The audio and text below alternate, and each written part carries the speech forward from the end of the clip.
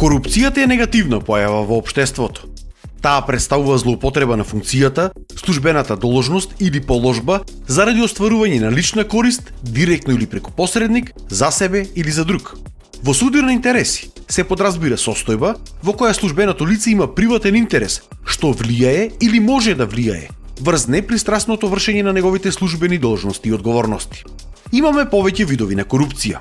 Пасивна корупција, кога некое службено лице бара, прима или прифаќа некаква корист, услуга или средства. И активна корупција, кога се ветува или се дава некаква корист, услуга или средства. Корупцијата се дели и на висока, средна и ниска корупција, во зависност од тоа која функција ја имаат сторителите на коруптивните активности во хиерархиската поставеност на државната и јавна администрација.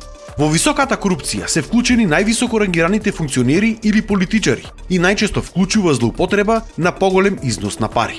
Нивната позиција е таква што може да носат одлуки за сите граѓани, па така нивното корумпирано работење носи и најголема штета. Средната корупција е лоцирана кај средниот слој во државната хиерархија, што значи кај сите службеници кои што се извршители, односно кои што треба да спроведуваат одлуки донесени од повисоко работно ниво. Ниската корупција пак се одвива помеѓу најниските слоеви на администрацијата, например, јавни службеници, полицајци, здравствени, образовни, судски, царински, општински, културни, шалтерски работници и останати. Често пати се прашуваме кои се формите на корупцијата. Имаме црна или криминална корупција, која опфаќа повеќе криминални активности за кои што надлежните судови изрекуваат судски пресуди, а на сторителите им изрекуваат кривични казни. Во овој вид на корупција сите фактори се опфатени и се на високо ниво.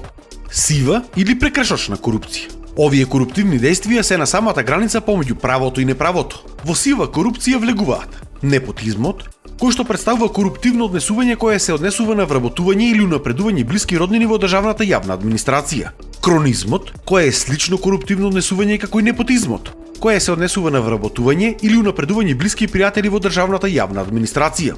Тука е и политичката патронажа, односно коруптивно однесување, кое се однесува на вработување или унапредување на партиски членови на високи позиции во државната јавна администрација.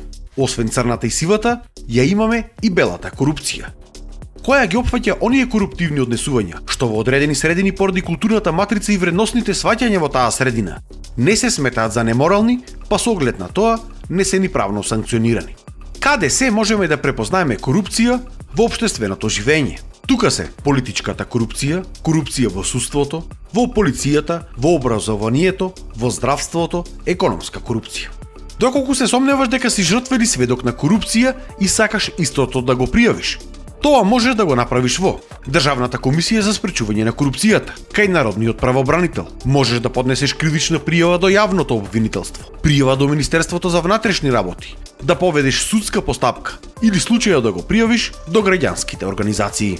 Станица 5 Прилеп е здружение кое што обезбедува правен совет, упатување до институции и правна помош при пријавување на случаи на корупција и судири на интереси. Услугите се бесплатни и строго доверливи.